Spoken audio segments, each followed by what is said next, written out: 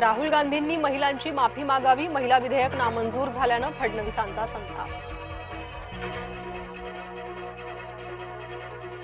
महिला आरक्षणासंदर्भात चर्चासत्र भरवा, मुख्यमंत्री फडणवीसांचं विरोधकांना आव्हान, आम्ही चर्चेला तयार, तुम्ही वेळ द्या, फडणवीसांचं आव्हान सुप्रिया सुळेंनी स्वीकारलं। सुप्रिया सुळेंची फडणवीसांसह केंद्र सरकारवर टीका, मुख्यमंत्र्यांवर दिल्लीतून दबाव असेल, सुप्रिया सुळेंचं वक्तव्य। काँग्रेसची अर्बन नक्षलवादी मानसिकता, पत्रकार परिषदेतून मुख्यमंत्री फडणवीसांचा हल्लाबोल, राहुल गांधीवरही साधला निशाणा। महिला आरक्षण विधेयकाला 2023ला मंजुरी, फडणवीसांच्या टीकेला संजय राऊत, सुप्रिया सुळेंचं प्रत्युत्तर, मुख्यमंत्र्यांनी खोटं बोलू नये, फडणवीस भाजपवर हल्लाबोल।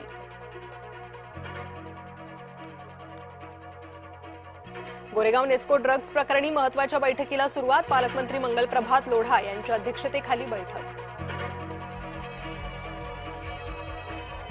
खासगी बस चालकाला पोलिसाची मारहाण, नवी मुंबईतील कळंबोली येथील धक्कादायक घटना, मारहाणीची घटना बसच्या सीसीटीव्हीत चित्रित। सातारा पोलीस अधीक्षक तुषार दोशी यांची अखेर बदली, आता सांगली पोलीस अधीक्षक पदाची जबाबदारी, उपमुख्यमंत्री शिंदेंच्या दौऱ्यादरम्यानच बदली झाल्यानं चर्चांना उधाण। महिला आरक्षण विधेयकाच्या समर्थनार्थ महायुतीचा मोर्चा, मुंबईत मंगळवारी जन आक्रोश मोर्चाचं आयोजन, मुख्यमंत्र्यांसह महायुतीचे प्रमुख नेते राहणार उपस्थित। नागपुरातील एनजीओ हिंदू तरुणींवर इस्लामी रूढी पाळण्यासाठी दबाव, एनजीओ संचालक रियाज काझीनं इस्लामी परंपरासाठी दबाव आणल्याचा आरोप, नमाज पढणं, रोजा पाळण्यासाठी खुदा हाफिज म्हणण्याची कर्मचाऱ्यांवर सक्ती। राष्ट्रीय महिला आयोगाचं पथक गेल्या 2 दिवसांपासून नाशकात, टीसीएस मधील धर्मांतर आणि लैंगिक शोषण प्रकरणी झाडाझडती, आयोगाच्या 4 सदस्यांची कंपनीत जाऊन तपासणी। मुंबईत भोंदू फकीर इरफान नियाज अहमदला अटक, महिलांना बेशुद्ध करून करायचा अत्याचार। निधी वाटपात साटम फॅक्टरची चर्चा, निधी वाटपाच्या असमतोलावरून भाजपमध्येच अंतर्गत नाराजी, भाजपमध्येच निधी वाटपात समतोल नसल्याचा आरोप। नाशिक आयटी कंपनी धर्मांतर प्रकरणी आरोपी निदा खानच्या अटकपूर्व जामिनावरील सुनावणी पुढे ढकलली, पुढील सुनावणी 27 एप्रिलला होणार। परतवाडामधील अश्लील व्हिडिओ व्हायरल प्रकरण, आरोपी अयानच्या लक्झरी लाईफस्टाईलचे व्हिडिओ समोर।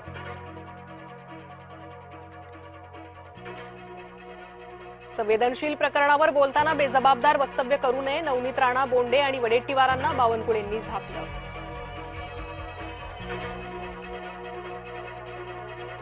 परतवाडा प्रकरण लव्ह जिहाद असल्याचा बोंडेंचा दावा फोल, प्रसार माध्यमं जाब विचारणार म्हणून बोंडे कुटुंबासह गोव्यात, महसूल मंत्री चंद्रशेखर बावनकुळेंनी बोंडेंना सुनावले खडे बोल।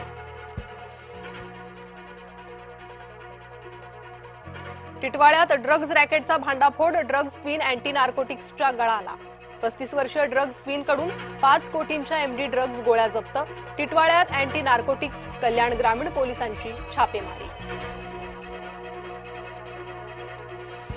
नाशिकमधील कॉर्पोरेट जिहाद प्रकरण, 2 आरोपींना 14 दिवसांची न्यायालयीन कोठडी, रजा मेमन आणि शफी शेखला न्यायालयीन कोठडी।